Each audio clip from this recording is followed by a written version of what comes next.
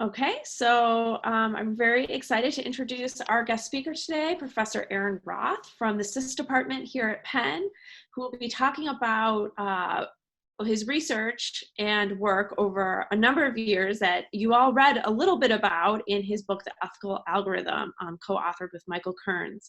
So we'll go ahead and turn this over to Aaron, and thanks so much for joining us. Sure. Yeah. Thanks for having me. Always fun to lecture in this class. This is my first time doing it from self-quarantine.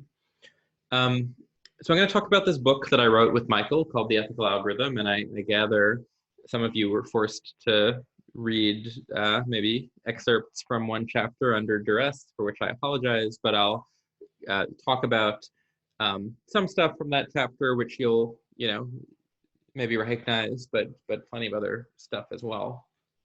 And sort of the starting point of this book, just to get our minds in the right place, is that there's all sorts of important decisions that have to be made in a functioning society that historically have always been made by people, but that have high stakes for the people who are affected by those decisions. So, for example, lending decisions, who gets a loan, who's given credit, criminal justice decisions, who is released on bail or parole, things like that really have meaningful effects on people's lives. And increasingly in the last, let's say 5 or 10 years, we've started automating those decisions using the tools from machine learning. So traditionally, maybe like 15 years ago, machine learning was primarily used for interesting but relatively low stakes applications, things like spam filtering and targeted advertising, say, was the primary example. But now, if you apply for a credit card or a credit line increase, your application might never be seen by a human being. In a number of states, including Pennsylvania, where, well, I would normally say where we all are, but now we're scattered across the world. In Pennsylvania, bail and parole decisions are informed by machine learning algorithms that try to predict whether each particular inmate, if released, will go on to commit another crime. And so the starting point of all of this is that as we have started automating these important decision-making pipelines, we've seen increasing evidence that things can go wrong, that the kinds of sort of ethical standards to which we would traditionally hold human decision makers, things like fairness, things like due process, things like, protections of privacy, are, for whatever reason, failing to be met sometimes as we automate these things.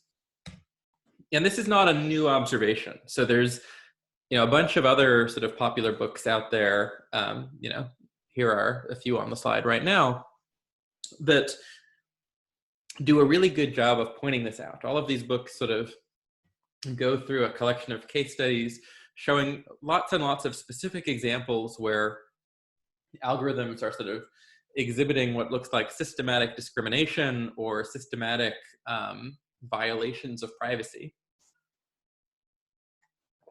But what these books tend not to do is to say much about what the solutions to these problems might be, short of more oversight and regulation, which is of course a good idea and which we agree with. But as computer scientists working in this area, we sort of know that there are things that you can do right now that would help related to the design of the algorithms, right? If the algorithms are exhibiting behaviors that you don't like, of course, a natural response is to try to make the algorithms better, to change the algorithms so that they no longer have these bad behaviors. And people have actually been working on these problems for close to 2 decades now, and there's a science to build on, and that's what the book's about.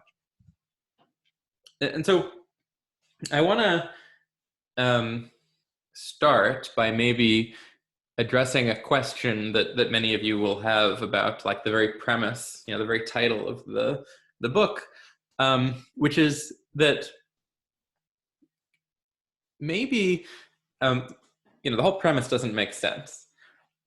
Like, why would we talk about ethical algorithms or trying to embed some kind of social values into an algorithm when an algorithm is, after all, just a tool? It's some human artifact, maybe not so different than a hammer.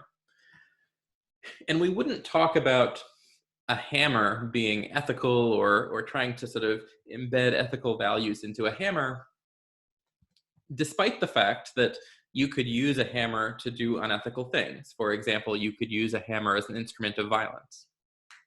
But if I were to hit you on the hand with a hammer, we would not think of that as some moral failing of the hammer, of course. We would think about that as an intentional act of violence by the person, me, wielding the hammer. And so I would hold all of the sort of moral responsibility for the bad thing that I had done. But I want to claim that algorithms, and especially when we think about how we might go about regulating algorithms, I want to claim that algorithms are different. When it comes to violence that we might do by hammers, like maybe, at a high level, we might think that, it would be like sufficient if we wanted the world to be free of hammer-related ethical lapses, that everyone wielding hammers should be ethical. That might be too much to ask for, but like it would be a sufficient condition that the people using the hammers be ethical. And we sort of know how to regulate violence by hammers. We disincentivize it. We say, okay, if you whack me on the head with a hammer, then you're going to go to jail. Therefore, you have a disincentive to do it, and so you won't do it. But algorithms are different, and when I say algorithms here, I generally mean the kinds of algorithms that are driven by machine learning, that are the outcome of sort of the standard machine learning pipeline. And they're different because it can be very difficult to predict what these machine learning algorithms will do in different circumstances. And so, although it's still a necessary condition that the people involved in the design of algorithms be ethical, it's no longer a sufficient condition. So just to sort of drill down on that a bit, let's sort of remind ourselves of how the machine learning pipeline works.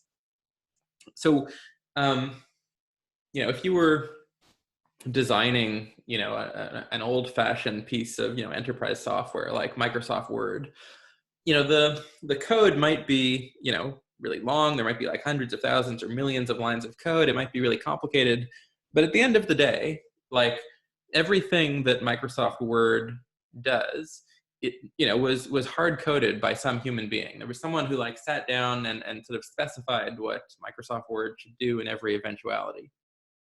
But that's not how we design machine learning algorithms. Nobody sits down and designs what the algorithm's going to do in every eventuality. Instead, we typically start with data, right? We start with some sort of unstructured data set. The data set, in a modern machine learning setting might have millions of rows, each one corresponding to people. It might have hundreds of thousands of features, like if we're thinking about the kinds of the data sets that companies like Facebook use, they've got features that are incredibly fine-grained about your usage, which links have you clicked on. So you might really have, hundreds of thousands or millions of features. And you, as the sort of human machine learning engineer, might understand this data set as well as anyone can understand this data set in the best case, which is to say that, maybe how the data was gathered. Maybe what all the variables mean. By the way, like this often won't be the case, but in the best case, all of this stuff. But still, you can't say that you really understand all of the information that's in this incredibly large, complicated object. And then the next thing you do is you take this data set and you turn it into an optimization problem. You typically say, okay, there's something I want to predict. There's some thing like, is a user going to click on an ad? Is a user going to default on a loan? Is a user going to fail to show up for their bail hearing? There's something I want to predict. And you use that to define some optimization objective. Usually it's some proxy for classification error. I'd like to find some model in some large class of models that makes as few mistakes on this prediction task as possible. So this defines an objective function and some optimization problem. And then you use some heuristic, something like stochastic gradient descent, to try to search through some enormous space of models to find the one that does the best as measured according to your narrow objective function, your typically proxy for accuracy or profit. And the model that this process will find will typically be extremely complicated and opaque. If you're training, for example, a deep neural network, it might consist of hundreds of thousands of weights, each corresponding to like a connection in some really densely connected graph. And one thing we can typically say about this model is that it'll perform really well according to the objective function that we set out to optimize, because after all, we searched through an enormous space of models to find the one that did the best according to this objective function. But it's really hard to predict anything else about this model, except that it will do well according to this objective function. And so in particular, if when we deploy this model, it goes on to harm people, perhaps to systematically discriminate, for example, against some population, this will typically not be because of the software engineer behind the curtain starting here at step one had some malicious intent. It's not that the software engineer like somehow baked some racist notion into the objective function. Instead, it was the unanticipated side effect of this optimization problem, right? Optimization will typically not give you anything that you did not explicitly ask for. And if you didn't ask for anything except for optimizing raw predictive accuracy, there's no particular reason to think it'll satisfy any other nice property that you want. Okay, and so this is the reason why it is not sufficient to make sure that the people involved in this process are ethical if we want the algorithms that we end up with to satisfy various nice social properties that we want, and why we need to think about how to design these things directly into the algorithms themselves. And this is what our book's about. So we need to embed social values into algorithms, and doing this requires being exceedingly precise about definitions. We need to talk about things like privacy or fairness or accountability, not just in English, not just the way that maybe philosophers or economists or legal scholars are used to talking about these things, but with a sort of mathematical level of precision, because the algorithms that we hope we will be able to design to respect these social norms are at their core mathematical objects. We need to constrain them in the language of mathematics.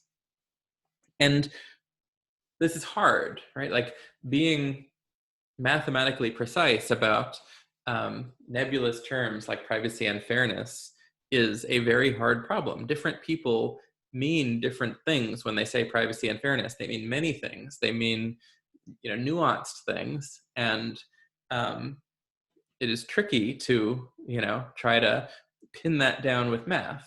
And in general, it's impossible to capture everything that someone might mean by, say, privacy or fairness with a precise mathematical definition.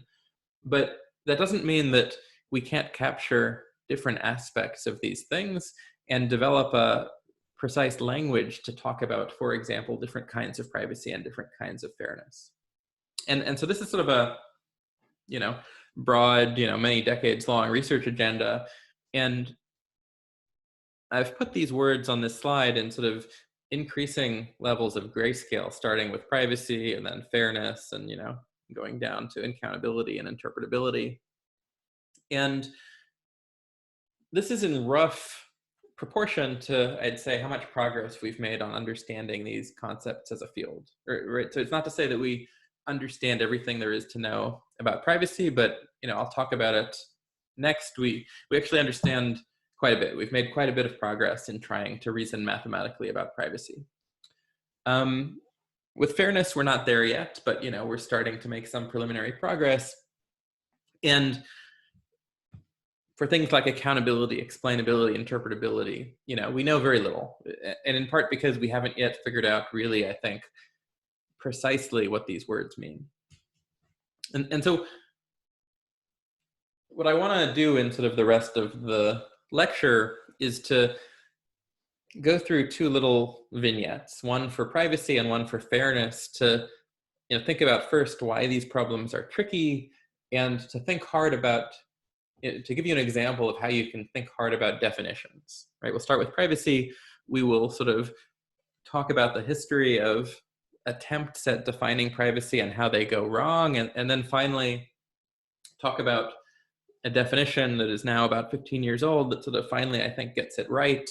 We'll try to do a similar thing with fairness, but I don't think anyone's yet come up with the right definitions there. Okay, so let's proceed. So, let me give you a brief and abridged history of the study of data privacy.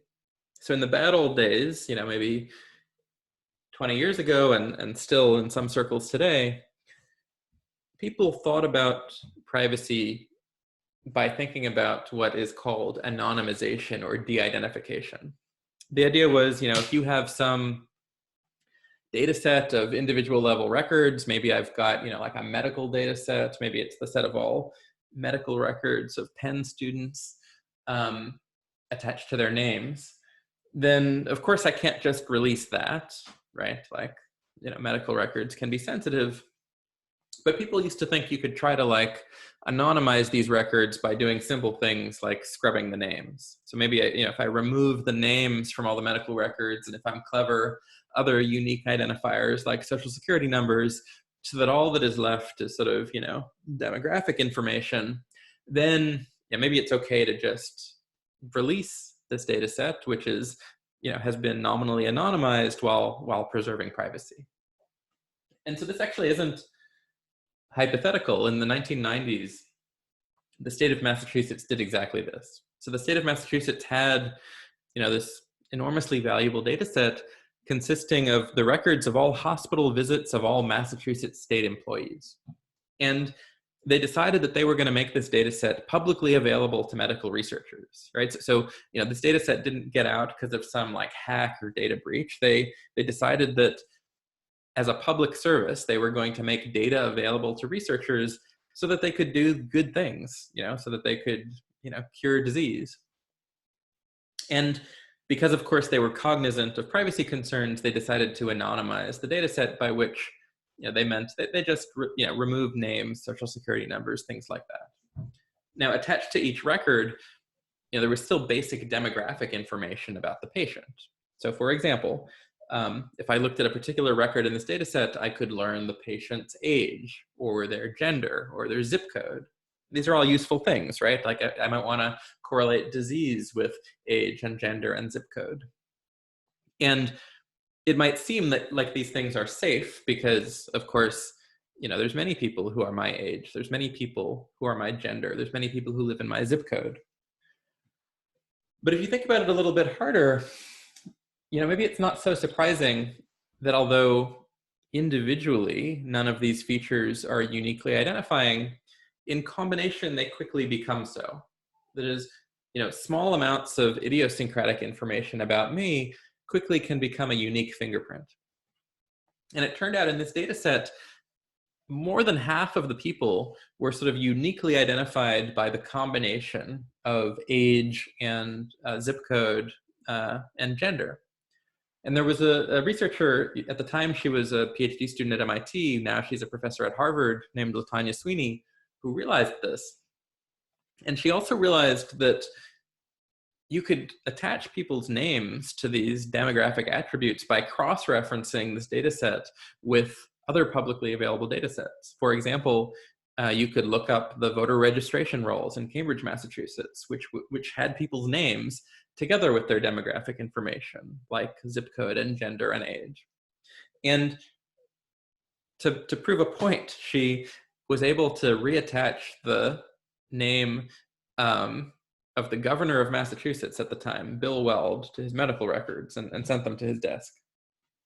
And so, this was a big deal, in the study of privacy. It sort of pointed out this, in retrospect, obvious but very important fact that it's not enough to remove people's names. If there's collections of features that uniquely identify them in the data, then there's all sorts of other auxiliary sources of information out there that data sets can be cross-referenced with. If anything, this is only a bigger problem now. And names can easily be reattached. Okay, so what did people do about that? Well, it's hard to figure out what privacy should mean, and for a while people tried to just avoid doing it. And so the history of data privacy sort of looked like the following. People looked at the last attack. For example, they looked at LaTanya Sweeney's re-identification attack, and what they would try to do is just kind of, put a Band-Aid over existing anonymization practice to try to prevent whatever was the most recent attack. So here's one example of this. This went through many iterations, but maybe this was the first iteration, called K-anonymity. And it said, okay, what was it that allowed LaTanya Sweeney to attach Bill Weld's name to his medical records? Well, it was that there were combinations of features, in that case, zip code and gender and area code, that were unique among all of the patients in the data set. And so that ran the risk that if you could figure out what name corresponded to that idiosyncratic combination of features, you could learn whose record was whose. And so what K-anonymity tries to do is it tries to make sure, by coarsening features or obscuring some features, that there is no combination of records at all that uniquely matches any patient. So, for example, if I said a data set is too anonymous, that would mean that no matter what combination of features that I come up with, it would match at least 2 records in the data set. If I said a data set is 3 anonymous, that would mean that no matter what combination of features I came up with, it would match at least 3 records. And I could try to accomplish that by, for example, coarsening some features. So instead of reporting age exactly, I could report it as a, interval of 10 years. Or by redacting some things. Instead of, reporting all of the digits of someone's zip code, I could report only the first 3. And so let's sort of see how that plays out, right? So suppose I have a 56-year-old neighbor, and I know that she's a patient at the hospital at the University of Pennsylvania, right? So she's my neighbor. I know her age, I know her gender, I know her zip code, but I don't know what her diagnosis is. And let's suppose that, the hospital at Penn has released a K-anonymous data set, maybe a 2 anonymous data set. Okay, so first, look at this top table, a 2 anonymous data set. It does accomplish what it sets out to accomplish on its own terms, right? I know some stuff about my neighbor. She's a 56-year-old woman who lives in my zip code, but, it's 2 anonymous. And indeed, the information I know about her matches 2 records. I don't know which of these 2 records might be hers. But already you might be, realizing that maybe this doesn't capture everything we meant by privacy. Maybe the only privacy, identifying her record wasn't maybe the only privacy risk, because even though I can't figure out which record is hers, I've already learned that either she has HIV or colitis, and that's already something that perhaps she didn't want me to know.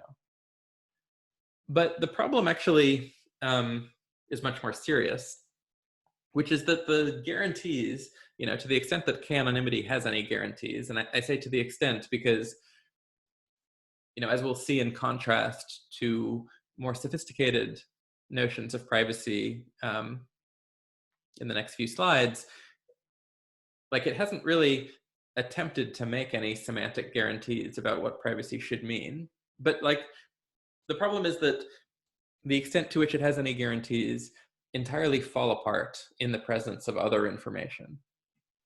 So for example, Suppose I also know that my neighbor has been a patient at another local hospital, Pennsylvania hospital. And suppose that they too have released a k-anonymous data set. Maybe in this case, their data set is 3 anonymous. Okay, so look at the table at the bottom here. Now again, I know she's a 56-year-old woman in my zip code, and this 3 anonymous data set accomplishes what it sets out to do on its own terms. I cannot uniquely match her record to any record in this table. What I know about her matches 3 records. But now I can cross-reference these 2 data sets and find that there's actually only 1 record here that could correspond to her, because among these 3 records that correspond to 3 diagnoses, right, in the lower table, and among the 2 records corresponding to 2 different diagnoses in the upper table, their intersection is unique. And so she must be the patient that has HIV. And so right, the problem here again is that if I can cross-reference with other data, and there's plenty of other data out there, something like k-anonymity, no longer even succeeds at what it set out to do on its own terms, which is to prevent me from uniquely identifying my neighbor's record. And in broad strokes, maybe you could hope that approaches that try to scrub identities from individual records would work if there was no information out there in the world other than the table that I, as the hospital, decided to release. But the problem is that approaches like this are doomed to failure in the presence of huge amounts of auxiliary information that can be cross-referenced with, because you cannot anticipate what additional information sources might be available either now or in the future. Okay, so this is sort of an approach to privacy that doesn't work. And maybe the problem was we didn't even try to enunciate what privacy should mean. We just tried to sort of impose some like syntactic band-aid to prevent the last attack. And the problem is, if we do that, then there's nothing to prevent someone more clever than us from coming around tomorrow and coming up with a more clever attack that we didn't prevent. So what should privacy mean? And let's start by thinking about that question, maybe by proposing a definition that would be great if we could satisfy it, but is too strong in various ways. So maybe, like aspirationally, what we might like it to mean that a say scientific study or that an algorithm that analyzes data is private is that nobody should know anything about us after the analysis was run that they didn't already know about us before the analysis was run, right? Like if an analysis couldn't teach anyone anything at all about us, then it sure seems that our privacy's been protected. It means that we can't come to any harm as a result of the analysis because nobody's informational state about us has changed.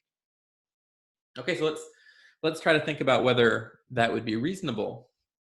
And let's think about what has come to be known as the British Doctors Survey, the British Doctors Study, this sort of pioneering study by Dahl and Hill, which was the first sort of definitive piece of evidence that there was a strong correlation between smoking and lung cancer. So this was a study carried out in the 1950s, and it was pretty remarkable. They actually approached every single physician in Britain and asked them to contribute data to this longitudinal study. And they got huge buy-in. 2/3 of the physicians in Britain actually did decide to contribute their data. Okay, their smoking habits and their health records.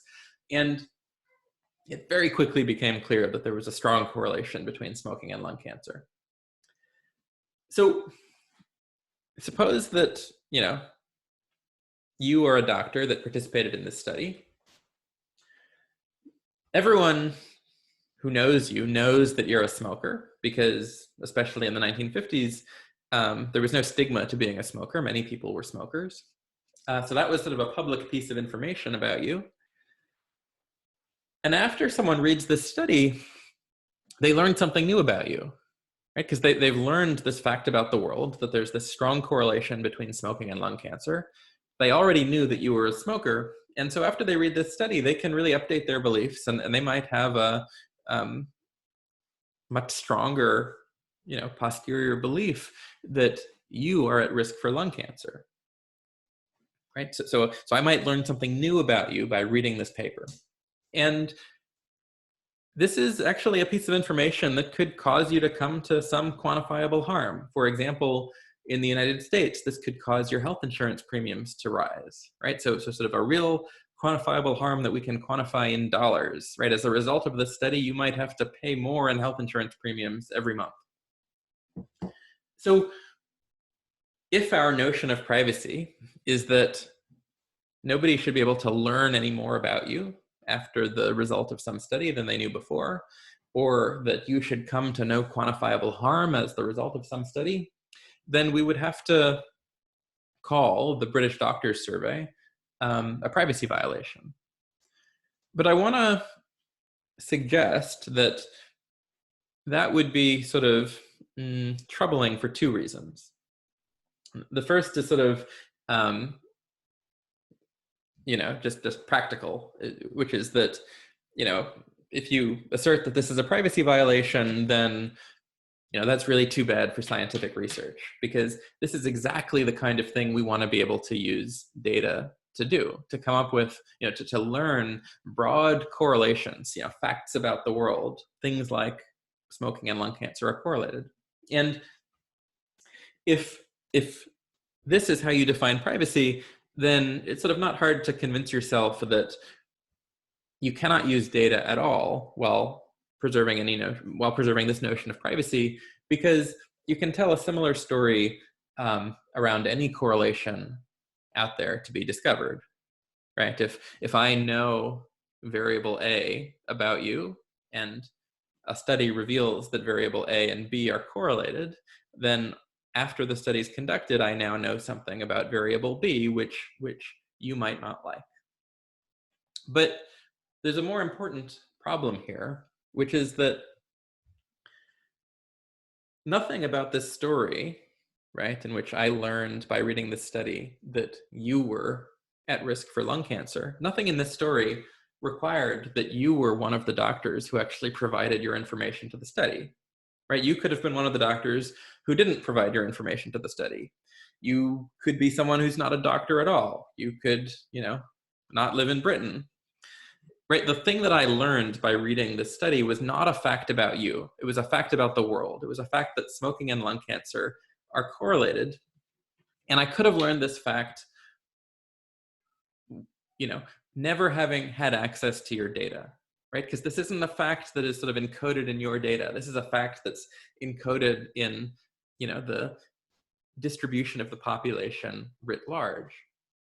And so if we were to define privacy this way, then we would be obligated to say that it is possible for me to violate your privacy, having no idea who you are, having never had any access to your data, which sort of seems funny, at least.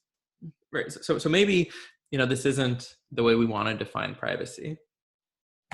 And finally, I want to get to differential privacy, which is this mathematical notion of privacy that I think in many ways gets it right. So,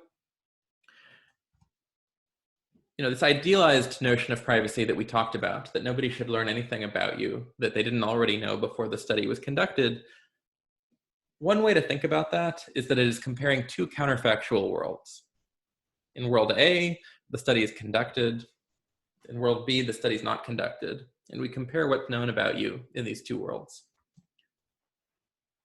Differential privacy has a very similar flavor, but with a subtle twist.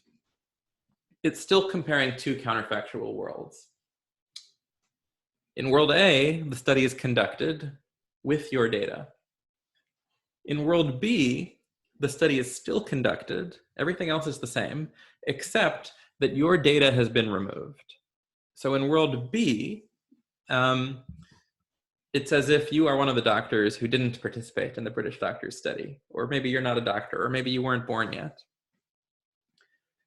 And the idea the premise is that in world B, you shouldn't think of your privacy as having been violated, because after all, your data wasn't used, it wasn't collected, we had no access to you at all in world B. Right? So the premise is that your privacy was sort of perfectly protected in world B. And what differential privacy asks is that world A and world B should be essentially statistically indistinguishable. There should be no way for anyone to be able to determine substantially better than random guessing whether I ran my algorithm with your data, which is to say in world A, or if I ran my algorithm without your data, which is to say in world B. And if we buy that your privacy was not harmed in world B, and I promise you that nobody can tell better than random guessing whether we are in world A or in world B, then maybe you should buy that your privacy is at least approximately preserved in world A. And there was this word substantially. I said there should be no way to tell substantially better than random guessing whether your data was used or not. And in differential privacy, this is actually sort of quantified. There's like a number that determines how much better than random guessing, which allows us to talk about different quantitatively different levels of privacy, and to trade off things like privacy and accuracy.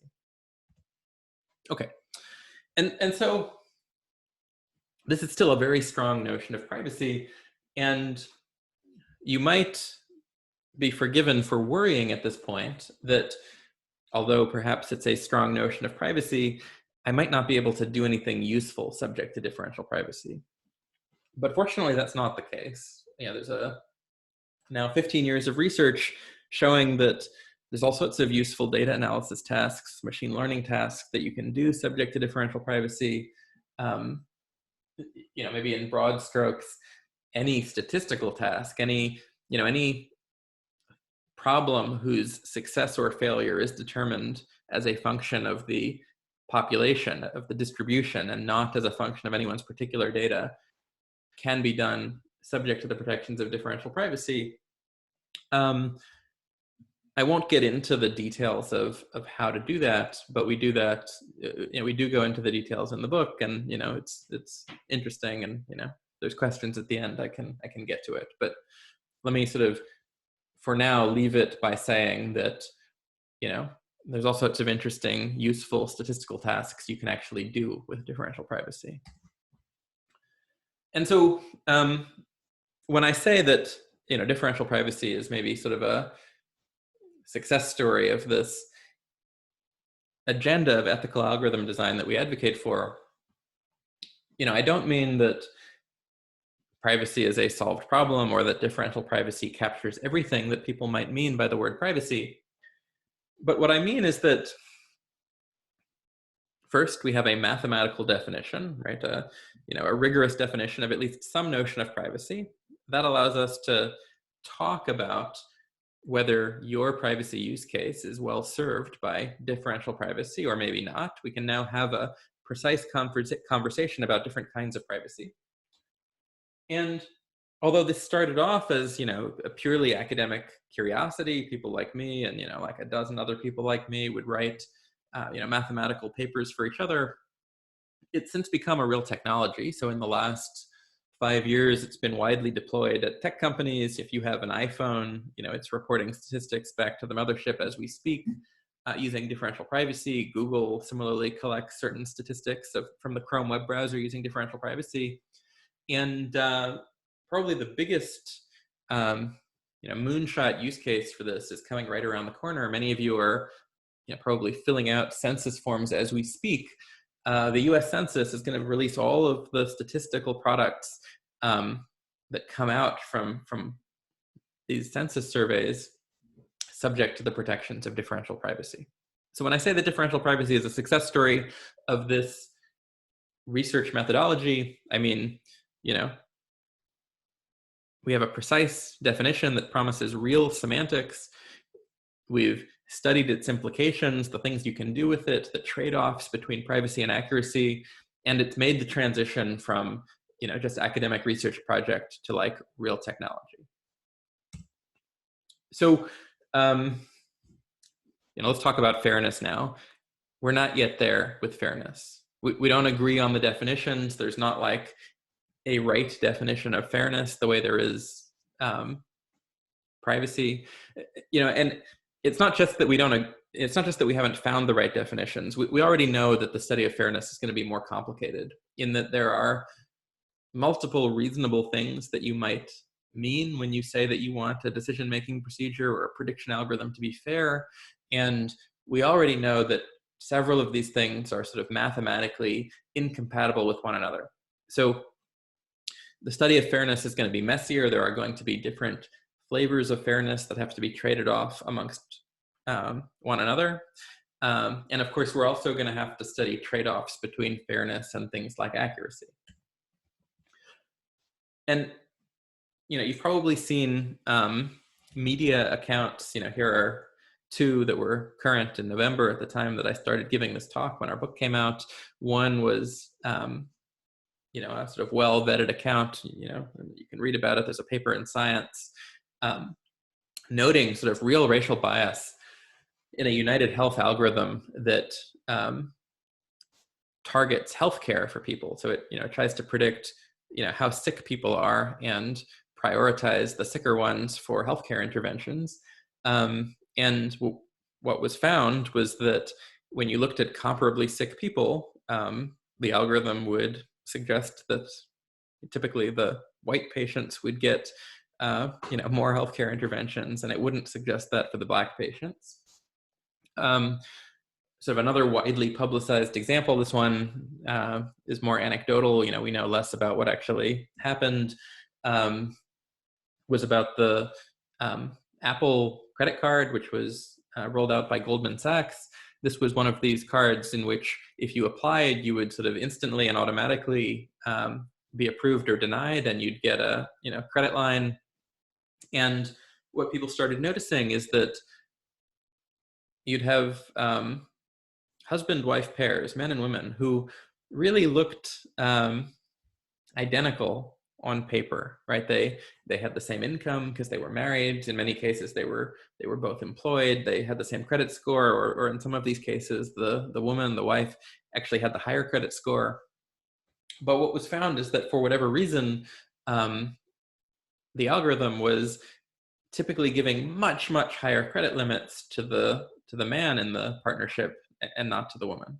So, okay, like you might have heard about examples like this. Here are two, and there's plenty more. But why do these things happen, right? And sort of, I think a common misconception is that in order for something like this to happen, someone must have done something like explicitly wrong. Like there must have been someone who, there must have been some human being, either designing the algorithm or maybe like, involved in creating the data, downstream, whose human biases are reflected in the algorithm, right? Because, the algorithm, of course, is, seemingly objective. It's just, like minimizing some, error statistic. How could it exhibit like racial or gender bias? And so what I want to start out with here is a simple cartoon to convince you that things are a little bit more complicated than that.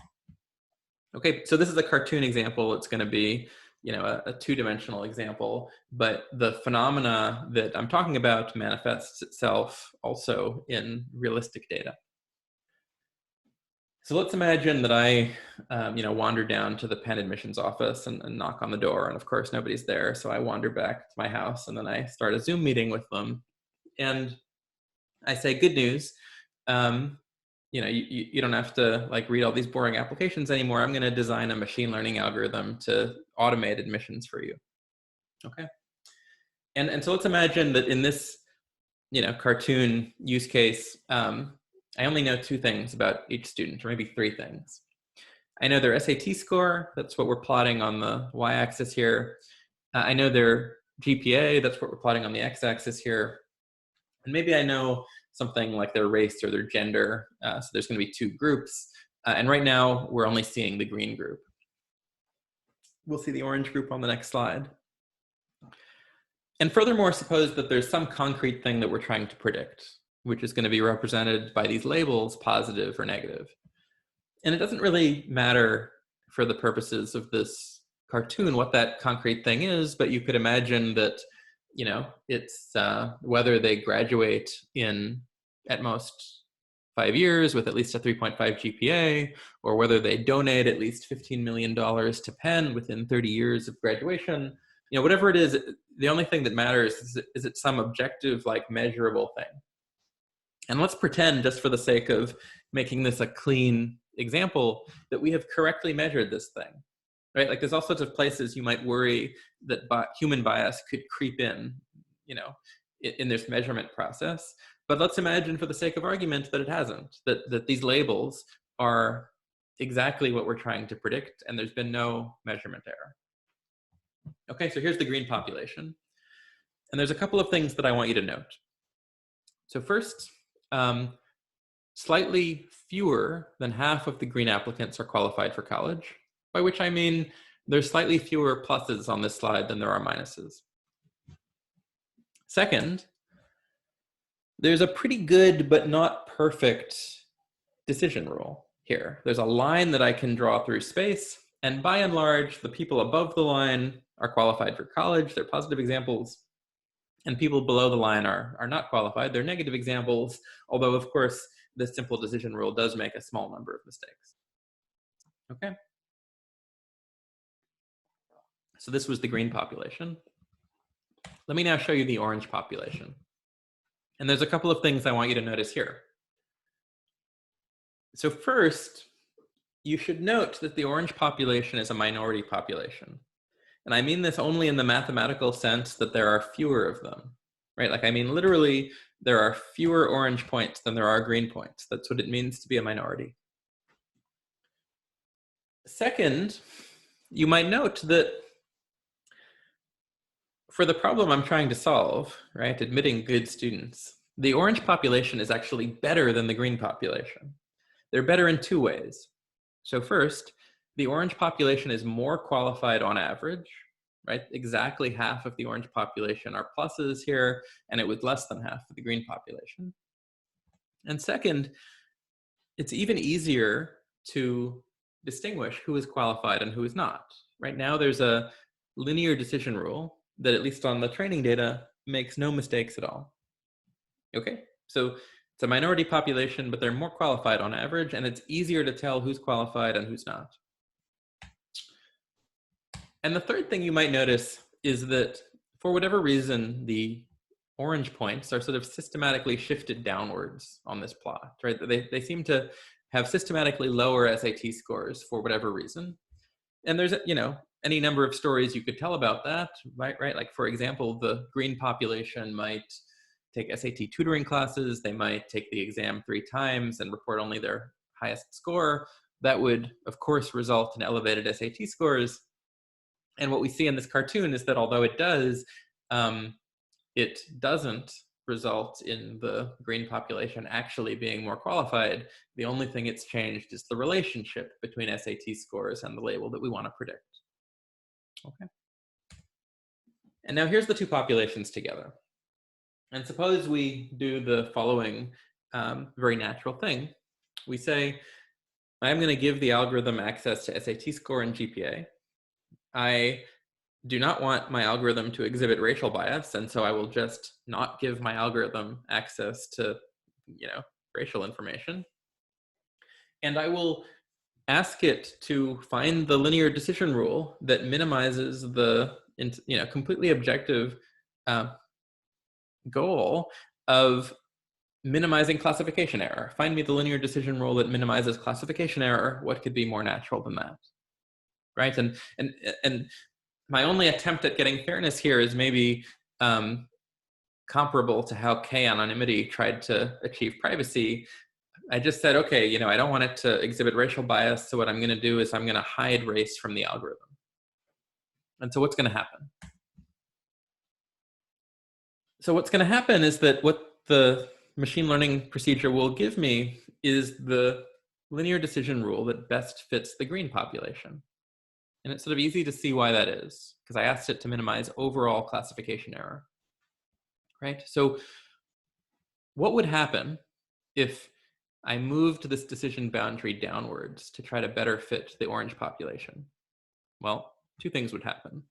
I would make fewer errors on the orange population, but I would make more errors on the green population.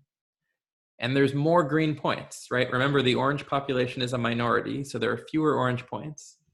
And I asked my algorithm to minimize the total number of errors it made. And so it just wouldn't be worth it from the point of view of minimizing overall error to make fewer errors on the smaller population at the expense of making more errors on the larger population. And so even though the orange population was more qualified on average, even though it was even easier to tell apart the qualified members of the orange population from the unqualified members, when I combine the two populations, tell my algorithm to ignore race, and just minimize my overall error, I get a rule that rejects every single member of the minority population, including the qualified ones. Right now, we haven't talked about what fairness should mean, but this somehow seems unfair. We had this more qualified population, and yet my machine learning algorithm has rejected every single one of them. And, you know, whose fault was it? Well, the bias wasn't like embedded in the objective function. I was just minimizing classification error. Like by assumption, there's nothing wrong with my data. The data was sort of correctly labeled.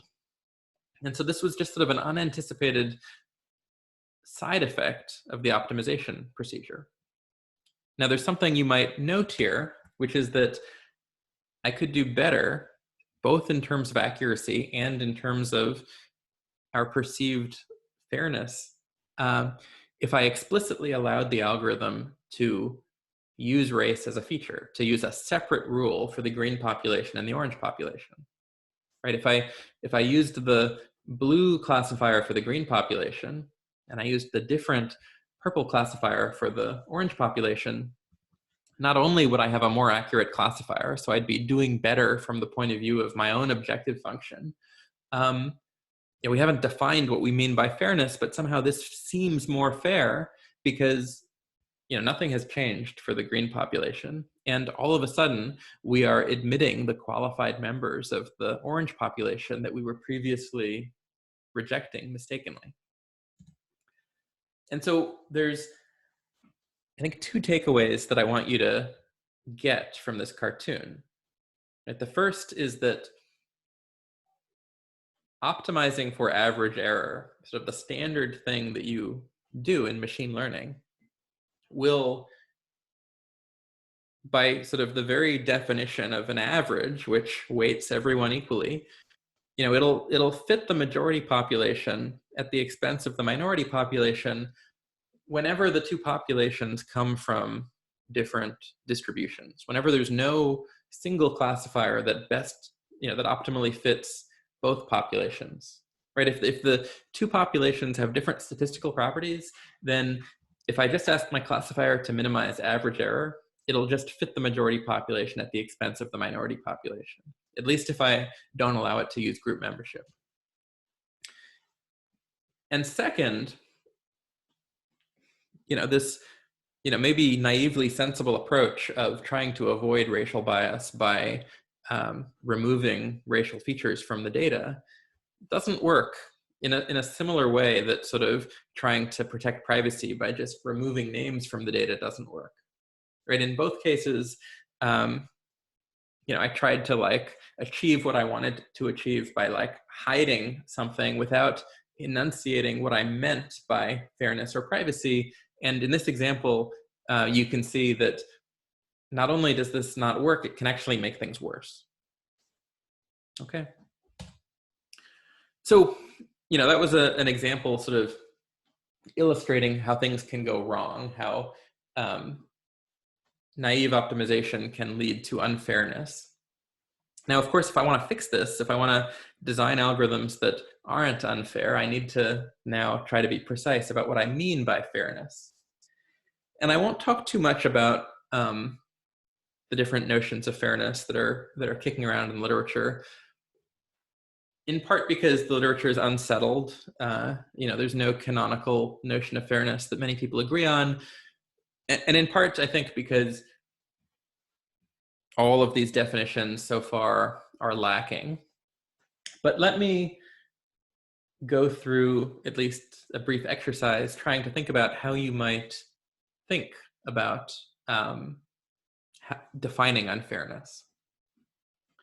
And so the first thing that you might ask is, in your application, who exactly is harmed by the classifier, right? Like, who are the people that actually come to harm because of the decisions of the machine learning algorithm?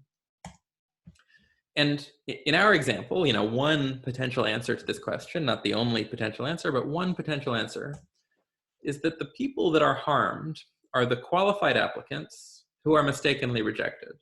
Like, maybe we don't feel so bad about the people who actually would have done badly in college. We don't feel so bad about rejecting them. That was just sort of making the right decision. But the people that came to harm are the people that we would have liked to admit who would have done well in college, but who we rejected because our algorithm made a mistake. Right? So if you come, if that's your answer, then you should start thinking about false negatives, right? The people who are harmed are the false negatives of your algorithm, the people who truly were positive examples, but because of the mistakes of your algorithm were incorrectly labeled as negative examples. And it's tempting then to think about what's called the false negative rate, the rate at which your algorithm makes these mistakes in the harmful direction. And so, if we go back to this example, maybe one reason that we might think of this blue classifier as unfair is that the false negative rate is much, much higher in the orange population than in the green population. In the green population, the false negative rate is pretty low. In the orange population, it's 100%. If you are a qualified member of the orange population, a positive example, you will be falsely rejected, incorrectly rejected 100% of the time. And so maybe that's where the unfairness is coming from, that the rate at which our classifier is doing harm is much higher in one population than another, and that what we might really like is that the harms that are sort of born because of the mistakes of our classifier are not disproportionately borne by one population over another.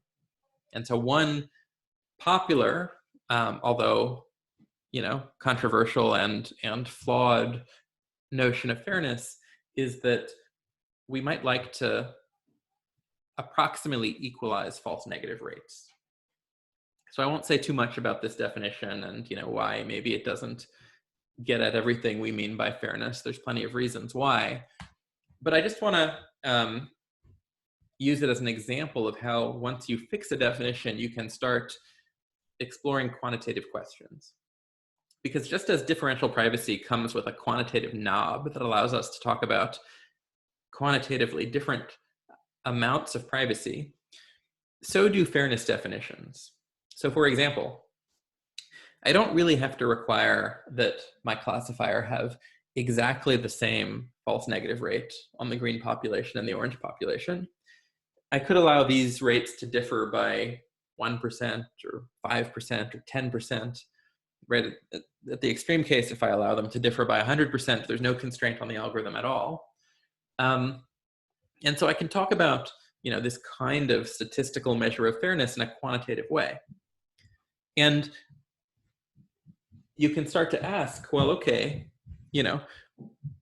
what is the most accurate classifier that I can learn subject to a constraint, for example, that my classifier has false negative rates that differ by at most 5% between the two populations, or 10%.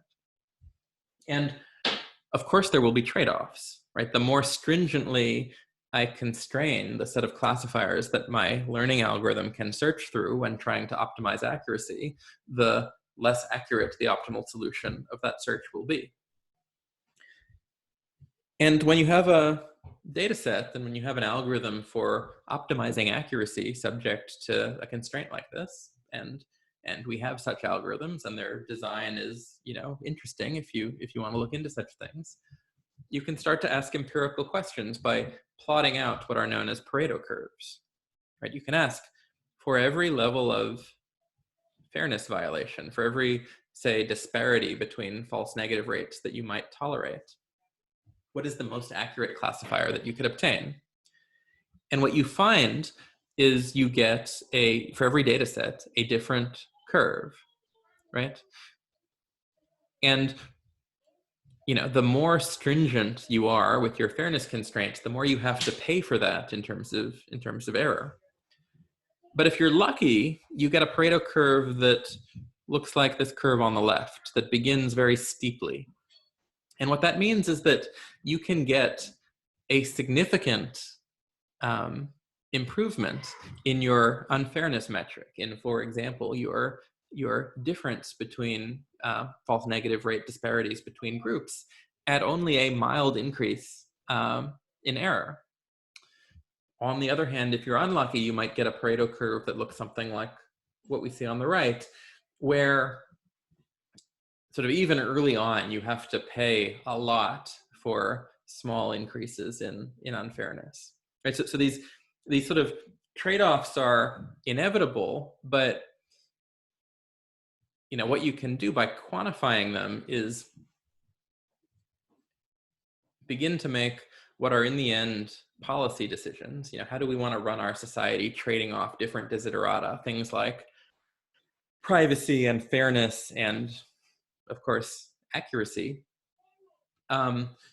things that sort of inevitably have to be traded off, right? How do we want to choose the place that we're going to live on these trade-off curves? And these trade-offs are inevitable. They're sort of a fact about the world. They're not going away. But by elucidating exactly what they are, we can make these important policy decisions with our eyes open. Okay. So that's the bulk of the talk, and it sort of corresponds to the first half of the book. I want to say just a few words about the other topics that we think about. We talk about, in the third chapter of the book, how you might address various important problems using the tools of game theory. So when you think about privacy or fairness in the ways that we've talked about so far, you're really thinking about algorithms in isolation, these sort of small parts of what are really complicated socio-technical systems, while ignoring everything outside of the algorithm, everything that comes before, like where the data comes from, everything that comes after, the effects of the decisions that are made by the algorithm. But of course, all of these things are related to one another. If I change criminal justice policy, that will have effects both on what people do and what data I gather. And to think about what those effects would be, game theory is a useful tool. And we also talk about the problem of false discovery and what's sometimes called the statistical crisis in science. And this is a topic that's sort of seemingly unrelated to what we've talked about so far, fairness and privacy. But it turns out that it's a problem that can be addressed by some of these same tools, in particular with differential privacy. And finally, at the end of the book, and I'll say, I've got a slide on each of these things, so I'll say a little bit more. But at the end of the book, we talk about a collection of problems, interpretability, accountability. We even have a few pages on every AI alarmist's favorite topic, the singularity, that are, of course, important, but about which there is currently less to say, at least of the sort of scientific sort that we are advocating for, because we think that really the definitions aren't there yet. So let me say, talk through one slide maybe on each of these things. So,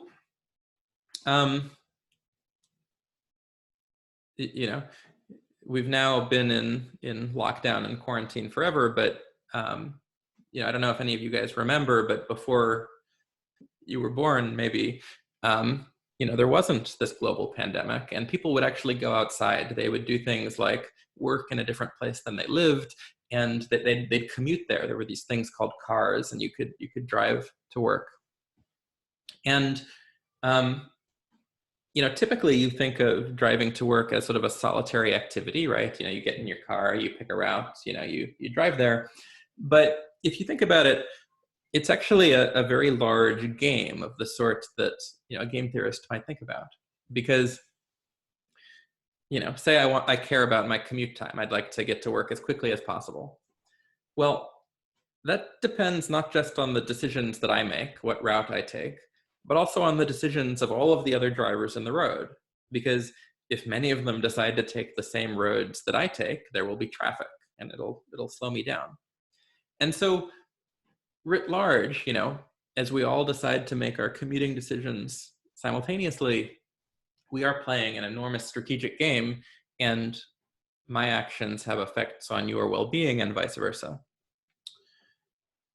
Now, we used to, before, Google Maps and Waze, we used to sort of make these decisions sort of independently of one another, and at least without much information, right? Because we didn't have good real-time traffic. But now that everyone has a internet-connected GPS device in their pockets, we can make these decisions in a much more informed way, right? Like I tell Google Maps or Waze where I want to go, and it finds me not just the shortest path on a map, but actually the route that it predicts will be the quickest for me given current traffic conditions. And it does the same thing for everyone else.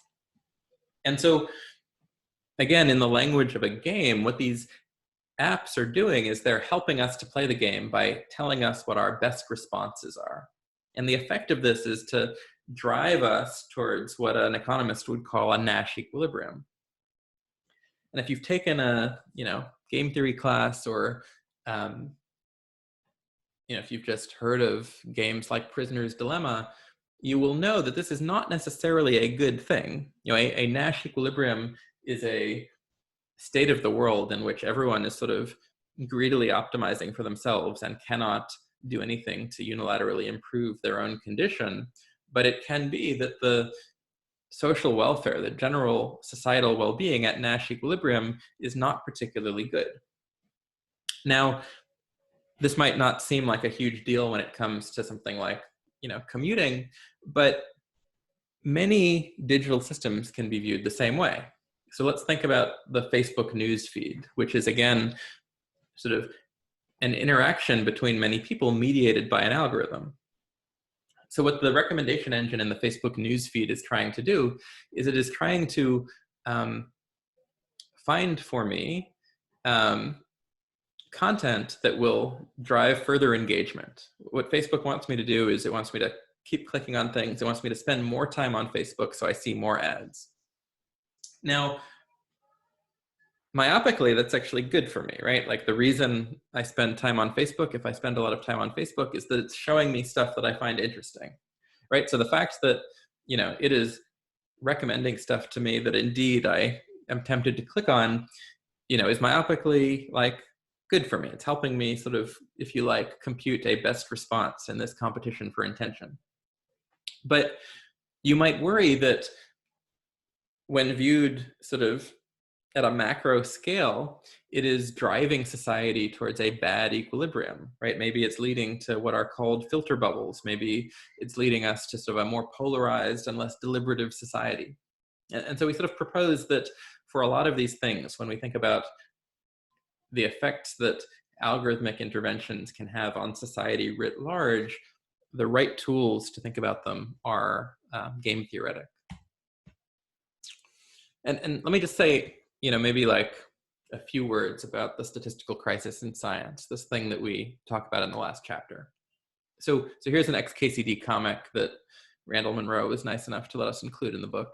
And it begins by having someone run into the scientist's office and announces a hypothesis that jelly beans cause acne. And they test the hypothesis, and they can't find evidence for it. The p-value is bigger than 0.05, which means that if the p-value is less than or equal to 0.05, what that sort of means is that if your hypothesis were false, then the chance that you would see correspondingly strong evidence for it would be less than 1 in 20. Okay, but then these two figures say no, it's not that all jelly beans cause acne, it's only certain colors. Okay, and so there's 20 of these colors. They test them, they test purple jelly beans, there's no problem. They test brown jelly beans, there's no problem. They test pink jelly beans, there's no problem. They test all 20 of these. But when they test the green jelly beans, they get a p-value of less than or equal to 0.05. That is, out of the 20 hypotheses they tested, they found one that had sufficiently strong evidence that the chance that it was a coincidence was less than 1 in 20. Okay, so of course, that's not surprising when you see all of these squares of the cartoon. They tested 20 hypotheses. Even if they were all false, you'd expect one of them to have a p-value of less than or equal to 0.05. And if a scientist did this, if they tested 20 hypotheses and published a study about only one of them without mentioning the others, that would just be scientific malpractice. But it's just as bad if 20 scientists each test only one hypothesis, each following proper statistical hygiene, and yet only the one who finds the interesting hypothesis ends up getting published in a prestigious scientific journal. And this happens a lot. Sort of the incentives for publication sort of drive at a community level this kind of community level overfitting, and this leads to, in some fields like food science and some parts of psychology, to what has become known as the statistical crisis in science. That is, many results in these fields are not reproducible. They seem to be reporting things that just aren't true. So we talk about this a bit, but the remarkable thing that I won't say more about except as a teaser is that there are some interesting solutions to this problem using techniques that were designed originally for data privacy, using techniques for differential privacy, even though that seems like an unrelated area. And finally, here's the textbook cover for a textbook on interpretable machine learning. There's a lot of people who want machine learning models to be interpretable or explainable, and there's a lot of good reasons for this. But it's very hard to pin down what we mean by that. Interpretable to whom? What does it mean that a machine learning model is explainable? And there are no good definitions for this yet. And as a result, I think, the field is being held back. It's in this sort of pre-definitional stage, maybe where privacy was, in the early 90s. But it's obviously very important. And I think that, if only we can come up with right definitions for these important social norms, we'll see the kind of progress that we've seen in privacy and fairness. And so with that, let me end and ask if there's any questions. All right.